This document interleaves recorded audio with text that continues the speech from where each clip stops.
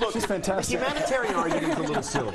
There are mass graves in Ivory Coast. There are mass graves on the border with Mexico, and we don't do anything about that. The idea that we need to rebrand America, the reason that these revolutionaries are emboldened in Libya is because of the actions of the past 8 years of the United States. Without a doubt, this guy was a strong man in power since 1969. It isn't just that this happened just because somehow the astrological signs aligned. It happened because they believe that they deserve democracy, which is fine. Yeah. They need to fight for it. We can't fight it for them. The problem with this policy is he's got no idea what to do if Gaddafi stays and no idea what to do if Gaddafi leaves. So by definition, it's the world's stupidest policy where the best possible outcome is it stays exactly the same, a frozen civil war for the next 20 years. He didn't think it through. Well, what about his son? His son seems like a really nice guy. You can put his son in there. He's a great guy. But you know what? I want to know, is Obama going to respond to the letter? Because that would be polite. Somebody mails you a letter, Stephen. He's going to respond by BlackBerry. Yeah, there you go. I'm like, what are you doing? I don't have one of these. Yes, exactly. But it's, I don't know. I mean, I go back to the thing. If you had an alternative universe where we did nothing, we would be crapped on. I think you're right. We're kind of damned if we do, we're kind of damned if we don't. And the problem is, I think Barack Obama had his first Homeland Security briefing and said, get my brown pants. I think he was completely anti-war, and they had a real rough reality check. And that's where he is right now. And I think he lost some opportunities before, like you're talking about Iran, where he didn't really seize the moment. I think now this is him saying, no, I can be a strong leader. And he has this punk calling him son, and he's like, you're not going to punk me out. I think Mr. Long makes good points, but you can't spend the entire post-war era preaching about the inevitability of democracy, and then when the moment finally occurs, do nothing. And Gaddafi is going to die, and you are going to have democracy in Libya, because I don't think that the American line is crap. I don't think it's crass. I do think that history either crashes or it moves towards democratic states. Yeah. I do think that there's an era of history, and you have to be on the right side of it. I agree with that, too, and I think we should be on the right side of it. I just don't think that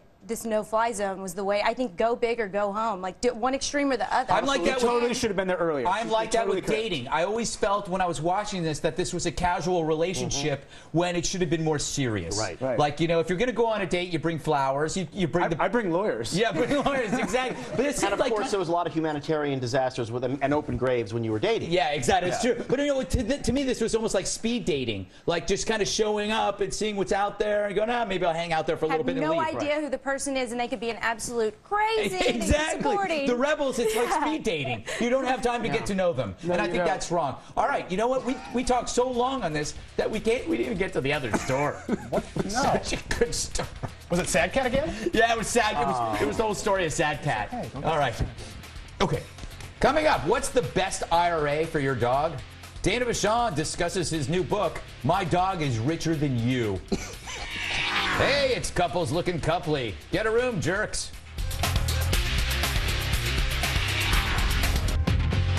They want their prince to prevent the pervs from preying on the pitchers. So the New Jersey Town's local Little League is requiring all coaches and concession stand workers to be fingerprinted in an effort to keep sex predators from participating in the great American pastime, which I believe is staring, right? Shockingly, many volunteers view this new provision as unneeded. Says one parent, Kevin Pierce, of the new rule, quote, "It just seems like it's over-diligent. I'm helping to gather up the balls, or I'm helping rake the field. And now I need a background check. It's an intrusion that is unnecessary without a probable cause." Sounds like somebody's got something to hide. I kid you, good sir. But is the town's Little League just doing what's right to protect the kids, or are we succumbing to pedo paranoia? For more, we check in with Goldman. What's the word, G-Man?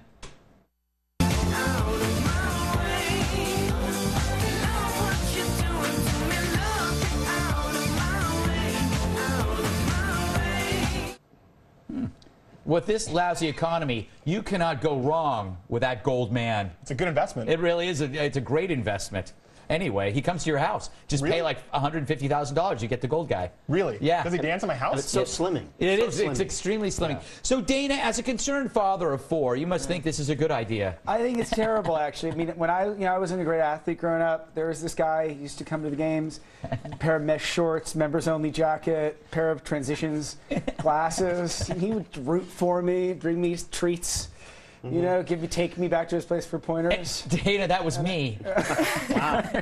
Remember, I was only about 11 years older than you at the time. And you know what? I improved your swing. Let's be clear with that. Adam in the swimming pool with a 2x4. Nothing like a congratulatory whippet from an older friend. Exactly why I don't blame them for wanting to fingerprint. One day when I have kids, I would want the parents fingerprinted.